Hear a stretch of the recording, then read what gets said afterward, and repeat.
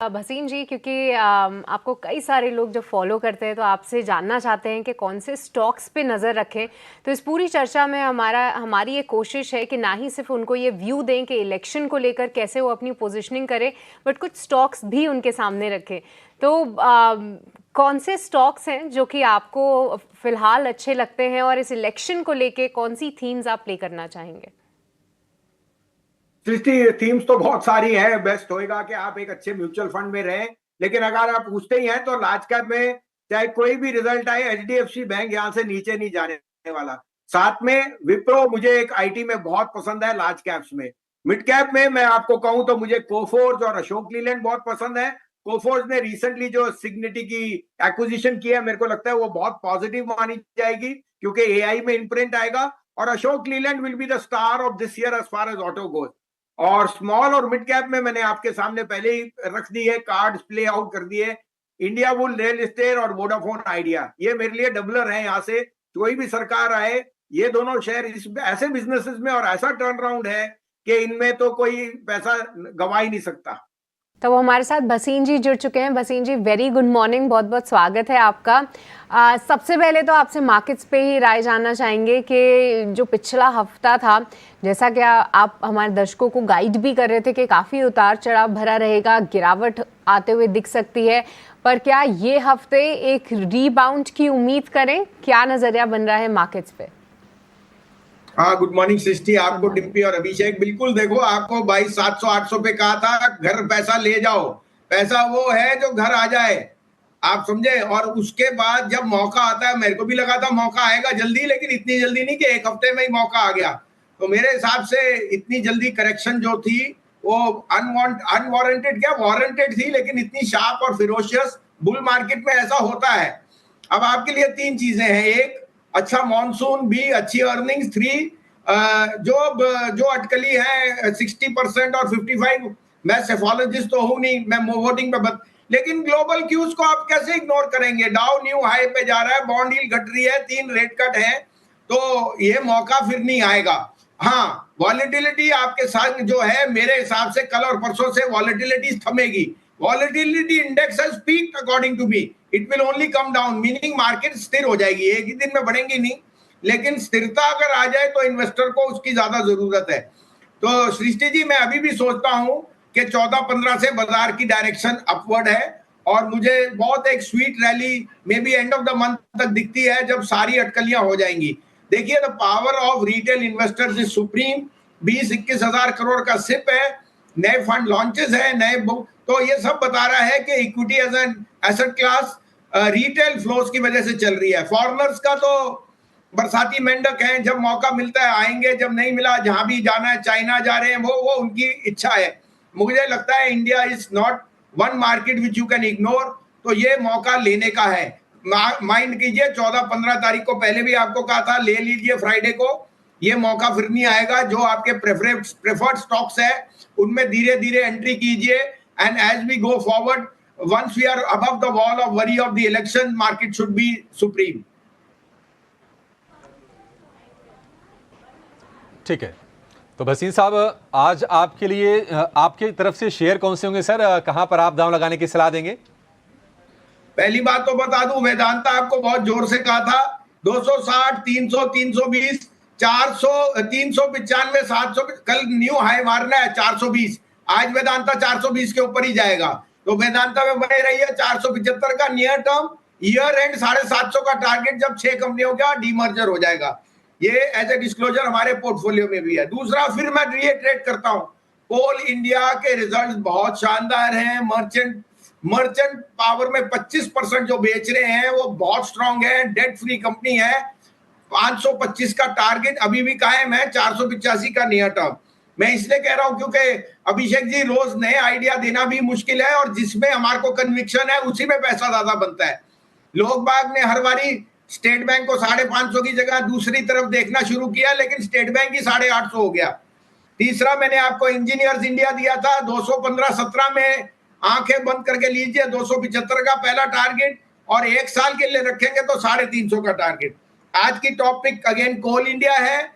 मेरे को नैल्को बहुत पसंद है क्योंकि एल्यूमिनियम में, बॉक्साइट में उस जैसा प्लेयर वर्ल्ड में नहीं है। तो नैल्को इज हेडेड टू 190, 167 का stop. And last but not least my favourite share, 112 रुपए में 111 में प्लेसमेंट हुई 4000 करोड़ की with warrant of India bull. 115-17 में आपके पास फ्लोर प्राइस है लोअर की, यहां से 150 रुपए का भाव आपको बहुत जल्दी दिखेगा। 22 तारीख को इसकी मर्जर की बात एनसीएलटी में है, ये एक नो ब्रेनर है। 150 का पहला टारगेट, 1 साल रखे तो 250। ठीक है, ये 3 शेयर, उसमें से कुछ आपको रेपुटेशन लगेंगे, लेकिन भसीन साहब ने जो बात कही कि जहां पर कन्विक्शन हो उनके साथ जाइए। कोल इंडिया वही वाला शेयर है, इंडिया बुल्स रियल और नाल्को, ये 3 शेयर भसीन साहब की तरफ से। चलिए अब नतीजों का विश्लेषण करेंगे एक एक करके और लेकर आएंगे अपना खास segment result expert.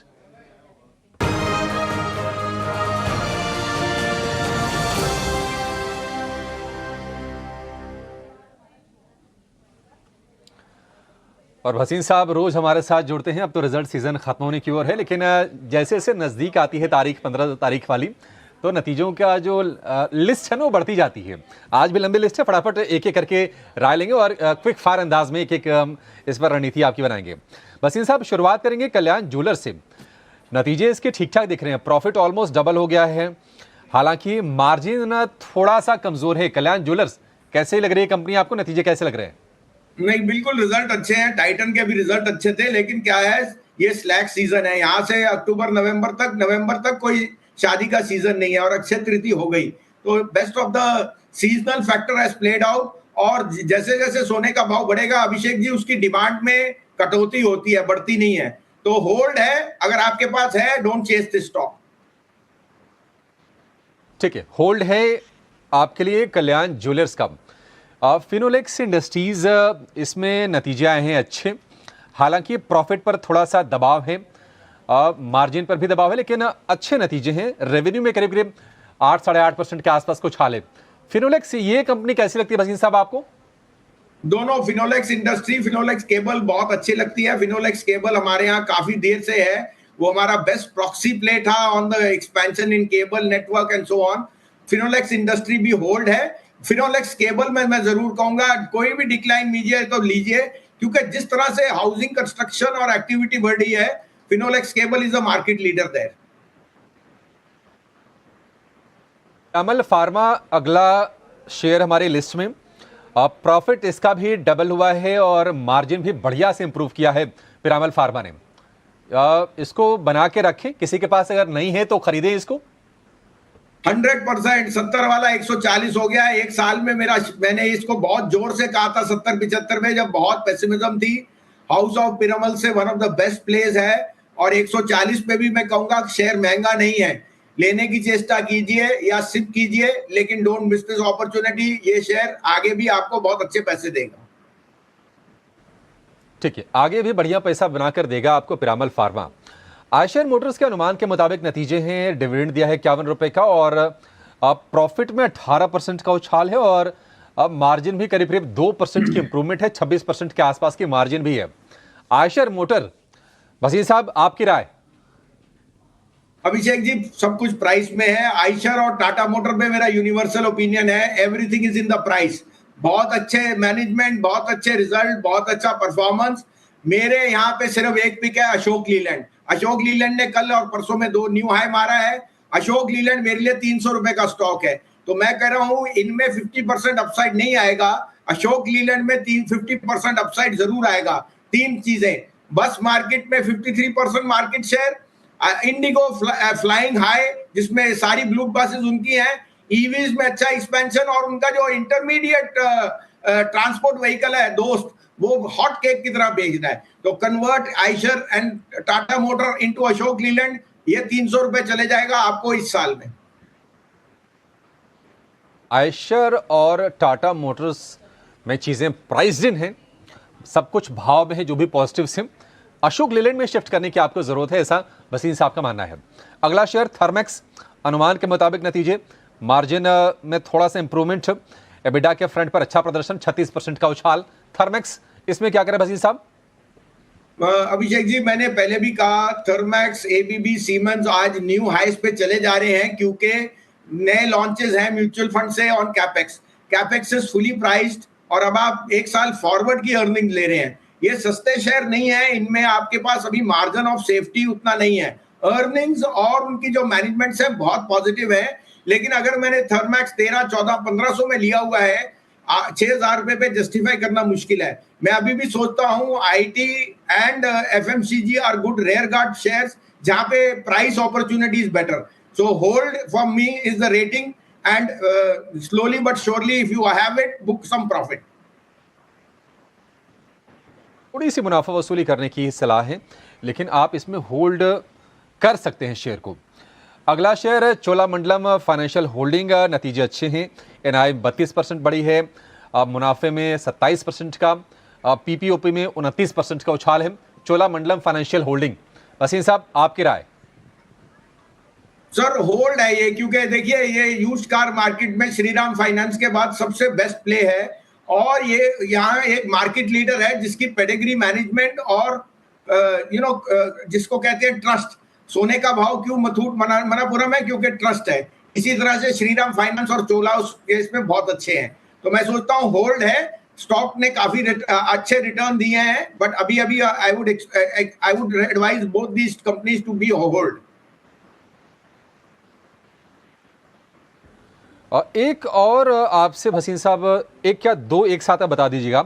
Spencer retail के नंबर आए हैं, एबिटा लॉस है 12 करोड़ रुपए का, घाटा इनका बढ़ा है, ये कमज़ोर नतीजे है स्पेंसर रिटेल के।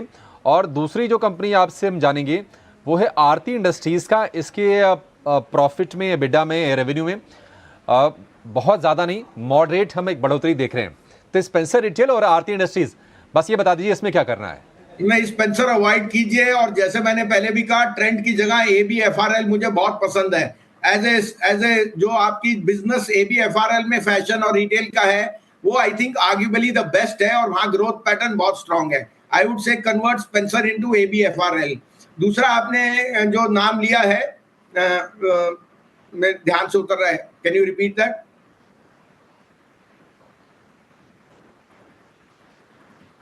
प्लीज वसीम साहब। दूसरा आरती इंडस्ट्री। आरती हमने 450 -500 में लिया है। देखिए अभिषेक जी, स्पेशलिटी केमिकल में बॉटमिंग आउट, जो प्रोडक्ट आरती बनाती है वो एक बहुत स्ट्रॉन्ग डिमांड सिनेरियो में है। एक आध क्वार्टर और इनको स्टेबलाइजेशन में लगेगा, लेकिन आरती, अतुल, नवीन फ्लोरिन और SRF, ये टाइम है इनमें पैसा डालने का। China is coming back very strongly, commodities में है और स्पेशलिटी। तो आरती ऑन डिक्लाइन बाय, आपको शिप करना है, शिप कीजिए। 450 वाला 660 हो गया, लेकिन इसमें पोटेंशियल है कि ये 850 भी चले जाए इन दिस ईयर। उसी तरह से मुझे बहुत बुलिश हूं over the next 6 months on SRF, Naveen fluoro and Atul. ठीक है वसीम साहब, बहुत शुक्रिया आज आपका समय देने के लिए और अपने शेयर बताने के लिए, और रिजल्ट एक्शन पर अपनी बिल्कुल सटीक राय, बेबाक राय भी शेयर करने के लिए, लोगों की मदद करने के लिए।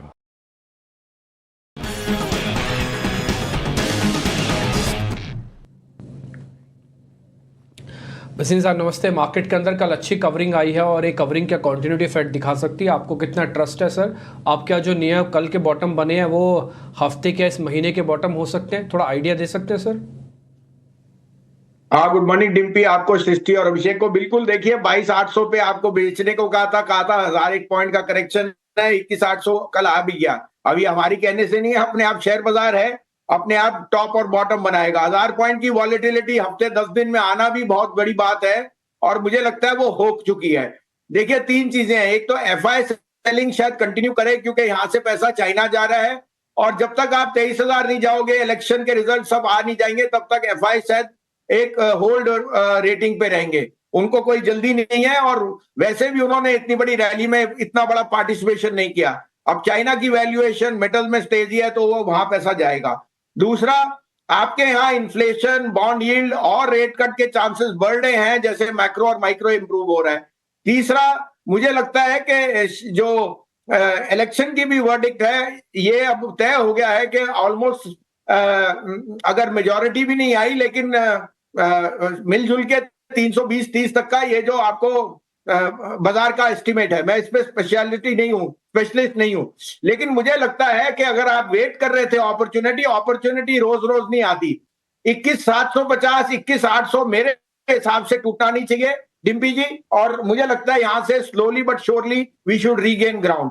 हाउएवर आपको स्टॉक स्पेसिफिक होना पड़ेगा, इंडेक्स के ऊपर टिप्पणी करना मुश्किल है। लेकिन कल आपने देखा कि बैंक्स में, कल एचडीएफसी बैंक जो मैं आपको कह रहा हूं सिप करने के लिए, उनकी अब वेटेज बढ़ेगी, और मुझे लगता है बैंक निफ्टी, क्योंकि तीनों चीजें, इन्फ्लेशन, अच्छा मॉनसून और ब्याज दरों में घट में, बैंकों में मुझे बहुत अच्छा यहाँ ग्रोथ दिखता है। तो IT, banks, metal should lead the rally, and index may have made a bottom at this 21,750, 21,800। ठीक है सर। सर अपने जरा स्टॉक्स का अपडेट भी दे दीजिए और नए शेयर्स जो भी हैं आपके जरा वो भी बता दीजिए। बिल्कुल, देखिए कोल इंडिया आपको कहा था वहीं 447 पे आपको बाय कही थी, 485 का टारगेट अभी भी कायम है। नैल्को मैंने कल भी कहा आपको 71-73 वो हाई, डे हाई पे बंद हुआ, और मेरा favourite Vedanta almost new high की तरफ है, 420 क्रॉस करेगा ये आज या कल में, तो न्यू हाई जाएगा, 475 का टारगेट है। Engineers India is another stock जो मैंने बहुत रेकमेंड किया 217 पे, 207 का स्टॉप लॉस, 270 का target. India bull real estate भी मैंने कहा एक्यूमुलेट कीजिए, 15-17 में ये 150 का भाव है। आज आपके लिए 3 पिक है। देखिए मेरे लिए group of the year 2024 and beyond is AB group. Vodafone जो अगली डकलिंग था वो एक ब्राइट स्वान बन गया है, और उसने जो कैपिटल रेस किया है सारी कंपनियों में जान डाल दी, और वोडाफोन में हर बारी हर कंपनी को कुछ ना कुछ दबाव देना पड़ता था। आज की डेट में I think Vodafone is the golden goose, जो आगे जाते हुए ये सारे ग्रुप को रीरेट करेगा। तो मेरे सारे पिक्स वहां है। वोडाफोन पे मैं पहले भी आपको कह चुका हूं 25 से कम मत बेचना एक साल में। आप आज देख ही रहे हैं, बहुत बड़ी ब्रोकेज ने निकाली है रिपोर्ट के 32% सीएजीआर अगले 3 साल में आपको दिखेगी, despite some sort of bond yield raise करना because of the little debt burden which they will have to service for the government moratorium. लेकिन वो पार्ट एंड पार्सल है। मुझे लगता है दिस री infusion will see more users come back and the ARPUs go up. There are 2 price hikes which can be in the offing in the next few months. तो आज का topic ABFRL है। ABFR आपने कल AB capital के result दिए, देखे बहुत शानदार थे। ABFRL के रिजल्ट भी आने हैं, और मैं कह रहा हूं इस बार बहुत बढ़िया रिजल्ट आएंगे। ये कॉमन मैन की रिटेल शॉप है, चाहे पीटर इंग्लैंड हो, वैन हुसैन हो, और 25,000 की market cap against 1.7 lakh crore for trend is slightly unreason. मुझे लगता है यहाँ रिस्क रिवॉर्ड बहुत फेवरेबल है। 275 का पहला टारगेट जो इसका प्रीवियस हाई था, और ये 350 भी चले जाए तो कोई बड़ी बात नहीं। अल्ट्राटेक 140 मिलियन टन कैपेसिटी, और सीमेंट प्राइसेस फिर बढ़ने को तैयार हैं। जैसे ये सीजन खत्म होएगा, आपको पता है cement is going to be much in demand. जिस तरह से कंस्ट्रक्शन कैपेक्स गुड चल रहे हैं, अल्ट्राटेक मेरे हिसाब से वापस 10,000 का टारगेट 9390, 10,000 मिनिमम टारगेट है। इसके ऊपर ये 11,000 12,000 भी चले जाए तो कोई दो राय नहीं, ये सबसे ब्लू चिप स्टॉक है टू ओन। तीसरा अगेन लार्ज कैप में ग्रासिम। मुझे लगता है ग्रासिम जो सम ऑफ पार्ट्स है, जैसे उसकी होल्डिंग कंपनी है फॉर अदर ग्रुप कंपनीज, और जो उसका वीएसएफ और जो उसका बाकी बिजनेसेस हैं, they are doing extremely well. तो 2385 में लीजिए, 2300 का स्टॉप लॉस, 2700 का टारगेट। ये तीनों ब्लू चिप स्टॉक्स मेरे को लगता है यहां से आउट परफॉर्म करेंगे। As a disclosure AB group के काफी शेयर हमारे पोर्टफोलियो में हैं। ठीक है, तो आज तीनों के तीनों शेयर भसीन साहब, आज तीनों के तीनों शेयर आज आदित्य बिरला ग्रुप के बढ़िया हैं। Aditya Birla fashion retail limited, UltraTech और ग्रासिम, ये 3 शेयर आपको खरीदारी के लिए वसीम साहब की तरफ से। लेकिन चलिए अब शुरू करेंगे अपना खास सेगमेंट, जिसमें नतीजों के बाद आपकी रणनीति बनाएंगे और लेकर आएंगे रिजल्ट एक्सपर्ट।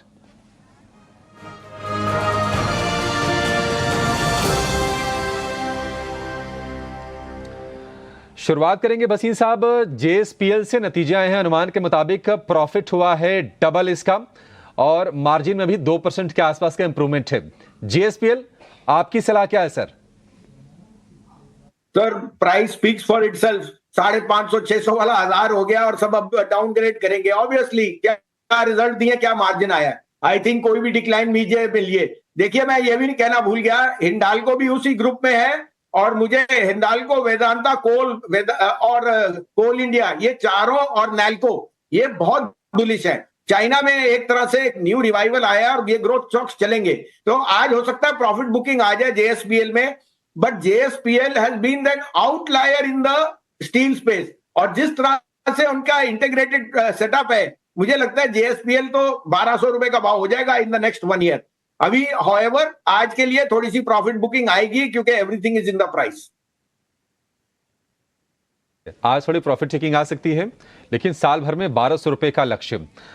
शैलेट होटल्स, इसके भी अनुमान के मुताबिक नतीजे आए थे, आय में 24% का ग्रोथ है, प्रॉफिट यहां पर डबल से ज्यादा हो गया है और मार्जिन में भी इंप्रूवमेंट है। शैलेट होटल्स, ये कंपनी आपको कैसी लगती है वसीम साहब? अभिषेक जी, कंपनी तो सारी अच्छी लगती है, लेकिन इंडियन होटल भी 4 गुना हो गया, आपका लेमन ट्री भी हो गया, शैले होटल भी बढ़ गया, और वो बता रहा है कि इंडिया का डेमोग्राफिक प्रीमियम कैसे बदल रहा है। ये सीजन अगेन जो हॉट समर्स होता है, यहाँ जो टियर 3 टियर 4 में होते हैं होटल, जो do well, but I think अभी ये सब कुछ प्राइस में है। प्राइस में मुझे इतना लंबा कोई जंप नहीं दिखता, because they will be consolidation और अभी थोड़ा टाइम लगेगा, तो बाय ऑन डिप्स होएगा, अभी होल्ड की strategy. Buy on dips, hold की स्ट्रेटजी। सनोफी ने नतीजों से निराश किया है, रेवेन्यू में 74% गिरावट है, मुनाफे में 77% की, और हालांकि मार्जिन थोड़ा सा इनका इंप्रूव हुआ है। सनोफी कमजोर नतीजों के बाद वसीम साहब क्या करें, निकल जाएं जिनके पास है?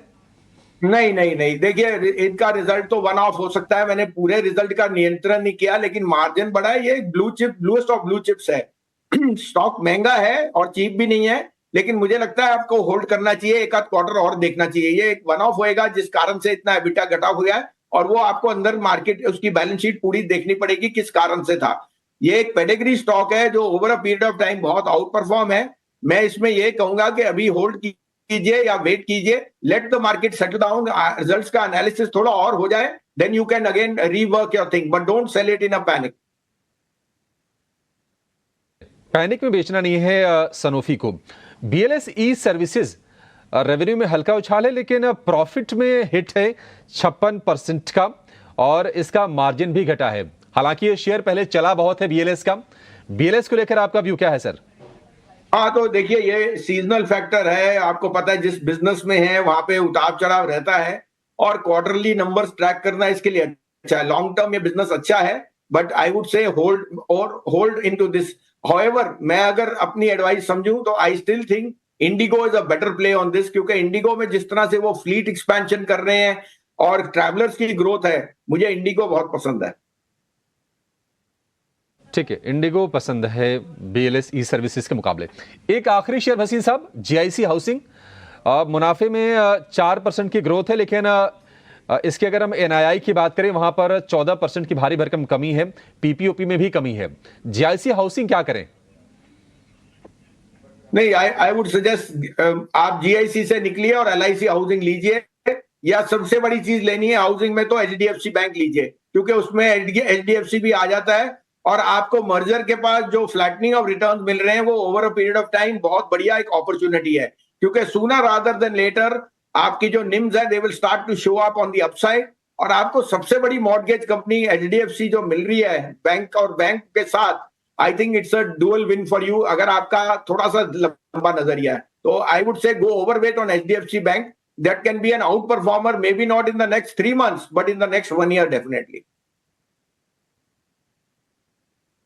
ठीक है, ठीक है वसीम साहब, बहुत शुक्रिया आज आपका समय देने के लिए, और ये तमाम नतीजों पर अपनी बिल्कुल सटीक राय हमारे दर्शकों के लिए शेयर करने के लिए।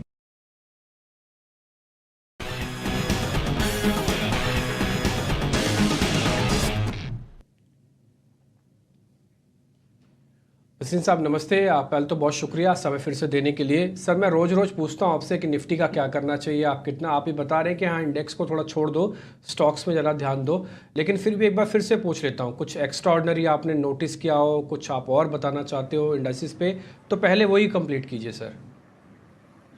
गुड मॉर्निंग डिम्पी, सृष्टि, आपको और अभिषेक को। अरे बच्चे की जान लोगे क्या? 22,800 पे बिकवान बेचने को बोल दिया, 21,800 पे खरीदने को, और क्या चाहिए? आदमी की जान लोगे क्या डिम्पी जी? और जिसने नहीं फॉलो किया उसके अपने कर्म में, हम तो कह रहे एक ही चैनल है जहाँ पे सटीक व्यू दिया था। जान नहीं ले रहा, मैं ज्ञान ले रहा हूँ। कहानी आपको 22,800 पे सबको कहा बेच दो, पैसा अपने पास रखो जेब में, money is not on the paper, घर ले आओ। और 21,800 पे का फियर प्ले आउट हो गई है, ले लो। कल भी आपने देखा, परसों भी, और 3 गवाह हैं मेरे पे डिप्टी जी अब तो। हाँ, नहीं सर, गवाह तो हैं, बस मेरे को थोड़ा आगे का रास्ता और दिखा दोगे तो और बेहतर हो जाएगा सर। आगे का रास्ता भी दिखा दीजिए फिर। अरे डिम्पी जी देखिए, आगे का रास्ता आसान है नहीं है, और ये इस कारण से क्योंकि इलेक्शन है, रूमर मॉन्गरिंग है, यूएस फेड, आज यूएस का CPI data, so there are so many imponderables, but हमने जो अंडर परफॉर्म करना था वो हो चुका है। हम अगर इसी रेंज में भी रहे कुछ दिनों के लिए तो बहुत अच्छा है, क्योंकि मौके आपको मिल रहे हैं। Vedanta new high, SAIL new high, Nalco new high, Idea आपको 6% चल गया, इंजीनियर 10% चल गया। अरे वही शेयर लो जो आपको कह रहे हैं, उसमें पैसे की कमाई है। सिर्फ इंडेक्स पे फोकस करना अनिवार्य नहीं है। HDFC बैंक, आज आप नई लिस्टिंग देख रहे हो जो 4 time 3 time price to book. HDFC और HDFC जो मॉर्गेज कंपनी है, less than 2 time price to book. आंखें बंद करके ले लीजिए और अगले 2 साल मत बोलिए, और आपका पैसा 50% अप होएगा। तो आपको अपने आप चूज करने हैं, आपका होराइजन क्या है, आपका गोल क्या है। और अगर आप इंट्राडे ट्रेडर है, वीकली ट्रेडर है, या लॉन्ग टर्म है, थोड़े से लॉन्ग टर्म है, तो मुझे लगता है कमोडिटीज बहुत अच्छा मौका है। 2 प्लेस मैंने कहे, आप सीमेंस के नंबर देखिए, एबीबी के, बहुत बढ़िया, लेकिन all is in the price. इससे भी बढ़िया नंबर आएंगे इंजीनियर्स और इरकॉन के, और प्राइसेस में कुछ भी आपकी वैल्यूएशन बहुत सस्ते हैं। तो you have to choose your winners and loser, you know where you want to participate. अभी भी मुझे लगता है मार्केट में बहुत अच्छे मौके हैं, कंसोलिडेट हो रही है, बहुत अच्छा है। जैसे आपको कहा 21,800, 22,800, 1,000 की पॉइंट की रेंज अगर हफ्ते में आएगी तो डिम्पी जी यहाँ पे कंसोलिडेशन होगी। I am not expecting run away, I am not expecting fall. यहीं पे 2-3 दिन रह जाए वो भी बहुत अच्छा है। उसके बाद आपको पता है जैसे जैसे इलेक्शन की अटकलियां आएंगी and so on, but macro numbers अच्छे हैं, माइक्रो में डेटा अच्छा आ रहा है, और थर्डली ग्लोबली क्यूज बहुत बहुत शानदार है। मुझे कोई दो राय नहीं कि India set to outperform, लेकिन एक big event remains the elephant in the room, that is the election. ठीक है, तो इलेक्शंस पे नज़र ज़रूर रहेगी। और भसीन जी बहुत बहुत शुक्रिया और कंग्रेचुलेशंस भी, क्योंकि कल हमने देखा कि जितने भी स्टॉक्स आपकी लिस्ट में थे उन्होंने ज़बरदस्त प्रदर्शन किया, और आप हमारे दर्शकों को समय दर समय गाइड भी करते आ रहे हैं। पर आज के लिए भसीन जी कौन से स्टॉक्स जो हैं फोकस में रहेंगे ये भी बताइए, कहाँ पे आपकी रिकमेंडेशंस? हाँ सृष्टि जी देखिए, नैल्को आपको कहा था वो प्रॉफिट से ऊपर हो गया, वेदांता भी प्रॉफिट से ऊपर, इंजीनियर 10% मूव किया, अभी शुरुआत है। इंजीनियर्स और इरकॉन मेरे इस साल के फेवरेट शेयर हैं, यहाँ से 50% अपसाइड मिनिमम, और अगर आप 1 साल बैठे तो 100% अपसाइड, माने 400-500 रुपए का भाव दोनों का आना चाहिए। आज का टॉप पिक अगेन इरकॉन है, 238.40 में लीजिए, 25 का स्टॉप लॉस, 275 का टारगेट। दूसरा मुझे एक्सिस बैंक बहुत पसंद है, आई थिंक नंबर्स उसके बहुत शानदार थे, और अगर कोई शेयर 1200 जाएगा तो वो एक्सिस बैंक है। साथ में बैंक निफ्टी की आज एक्सपायरी है, मुझे लगता है आज 200 HDFC और एक्सिस बैंक पे आना चाहिए। 1102 का स्टॉप लॉस, 1175 का टारगेट। और लास्टली कल भी आपको कहा था Grasim, Vodafone on all cylinders, UltraTech on all cylinders, and how can Grasim VSF business is doing extremely well. Some of parts Grasim मेरे हिसाब से लार्ज कैप में स्टॉक ऑफ द ईयर होएगा। 2700 का टारगेट है, 2700 पास भी हो जाए कोई बड़ी बात नहीं, लेकिन अभी 2300 का स्टॉप लॉस रखिए, 2700 का टारगेट। दूसरा आपको बता दूं सृष्टि जी, आपको 11:30, आपको 12, आपको 12:15 भी कहा था, वोडाफोन मत मिस करिए, 13:15 कल हो गया। जो और हफ्ते में इसमें जो नए एंट्रेंट्स है जब वो निकल जाएंगे, इसका भाव अगले 1 साल में 25 रुपए का आपको खुल के कह रहा हूं। ठीक है बसीन साहब, मैं ना 2 शेयर आपसे पता करना चाहता हूँ, आपकी वॉच लिस्ट में भी है और आपने इन दोनों के बारे में काफ़ी अच्छे से बोला भी हुआ है। मैं थोड़ा इन्वेस्टर के पॉइंट ऑफ व्यू से पूछ रहा हूँ। एक तो रतन इंडिया पावर करके है, वो बढ़िया चल रहा है सर, 9.5 पे आपने दिया था, 11.5 का मोटा मोटी रेट है। एक वोडाफोन आइडिया पे भी आप काफ़ी बुलिश है सर। इन दोनों पे मेरे को बता दीजिए, कोई दिक्कत तो नहीं, कोई वापस कोई प्रॉब्लम तो नहीं, रखे ना, होल्ड कर ले दोनों शेयर्स को आराम से। बिल्कुल, देखिए डिम्पी जी, ये शेयर किसी को अच्छे नहीं लगते क्योंकि ये आप बोलोगे 12 रुपए वाले शेयर हैं। अगर आपको सीमेंस बहु 7,000 तो आप बोलोगे वसीम साहब 11-12 वाला शेयर कह दो, 11 वाला 12 वाला शेयर में रिस्क रिवॉर्ड भी तो होता है ना, वो ऊपर नीचे बहुत जाता है, लेकिन अंडरलाइन फंडामेंटल देखिए 2700 मेगावाट है रतन पावर, एनसीएलटी से बाहर आ जाएगा और मुझे लगता है इसका भाव कम से कम 18 रुपए से नीचे तो बेचने का सोचना ही नहीं। वोडाफोन आइडिया, आपने 20,000 करोड़ की कैपिटल रेस करना था, 85,000 करोड़ आ गया। एक तो सबको अलॉटमेंट नहीं मिली, दूसरा मार्की नेम्स ने इन्वेस्ट किया, तीसरा 4G 5G में एक्सपेंशन हो गई और कैश आ गया। फिफ्थली 4,000 करोड़ की डेट है जो बढ़ सकती है बैंक्स की तरफ, क्योंकि उनके पास कुछ कंप्लायंस की वजह से गवर्नमेंट की तरफ से आपको पेमेंट करनी है। लेकिन सरकार ने जब स्ट्रेंथ दिखा दी, 10 रुपए पे जो उनकी डेट है वो हो गया, और आपके पास अब 2 प्राइस हाइक्स आने को हैं। 140 का आरपू अगेंस्ट 200 ऑन भारती, कैसे आप रोक सकते हो? अगर आप में रिस्क की गम्पशन है, मैं खुल के बोलता हूं, तो भारती को आज कन्वर्ट कर लो वोडाफोन। वोडाफोन 25 रुपए हो जाएगा, भारती 2,000 रुपए नहीं जाएगा, ये भी बता दूं मैं आपको। दूसरी बात, रतन पावर 18 का टारगेट और वोडाफोन 25 का। लेकिन डिम्पी जी, ये आपको पता है, क्योंकि ये थोड़े से हाई रिस्क भी है। आप अपनी डिलीजेंस कीजिए, अपने आप को अपने ब्रोकर से डिस्कस कीजिए, रिलेशनशिप मैनर से। हम आपको आइडियाज दे सकते हैं जो बाद में जाके आपको गोल्डन गूस बन सकते हैं। लेकिन इंटरमीडिएट वॉलेटिलिटी बर्दाश्त करना, ये आपके अगर जहन में है तो कीजिए। ठीक है, तो दोनों ही काउंटर्स पे आपको राय दे दी गई है। भसीन जी का भरोसा कायम है, पर इस बीच एक बार सिप्ला पे भी नज़र डालिए, क्योंकि 2.5% की इक्विटीज़ जो हैं यहाँ पे हाथ बदलाव हुआ है, जहाँ पे प्री मार्केट में 2.5% इक्विटी जो है चेंज इन हैंड्स की है। और हम जानते थे कि बड़ी ब्लॉक डील होगी, 2500 करोड़ से ज़्यादा की ये ब्लॉक डील है, जहाँ पे हामिद फैमिली के कुछ मेंबर्स और साथ ही ओकासा फार्मा जो है अपनी स्टेक सेल कर रहे थे। फ्लोर प्राइस था, प्राइस रेंज था करीब 1290 से लेकर 1350 के बीच में। तो देखते हैं कि स्टॉक प्राइस किस तरीके से रिएक्ट करता है, और आज का FIDIS का डेटा भी इससे थोड़ा इम्पैक्ट हो सकता है। तो ये सिप्ला पे आज रहेगी नज़र। पर अभिषेक, चलिए अब वक्त हो चला है भसीन जी से रिजल्ट एनालिसिस का।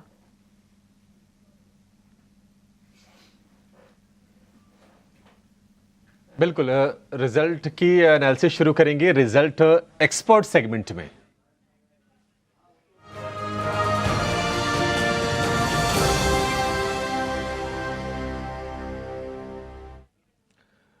वसीम साहब, शुरुआत करेंगे भारतीय एयरटेल के नतीजे से। नतीजा है इनलाइन, और एबिडा हालांकि 2-2.5% कमज़ोर है, मार्जिन में भी थोड़ा सा प्रेशर है, लेकिन एक अच्छी चीज़ है वो है आरपू में करीब 0.5% के आसपास की बढ़ोतरी, हल्की सी, वहां पर भी बहुत कोई खास नहीं है, लेकिन वो भी।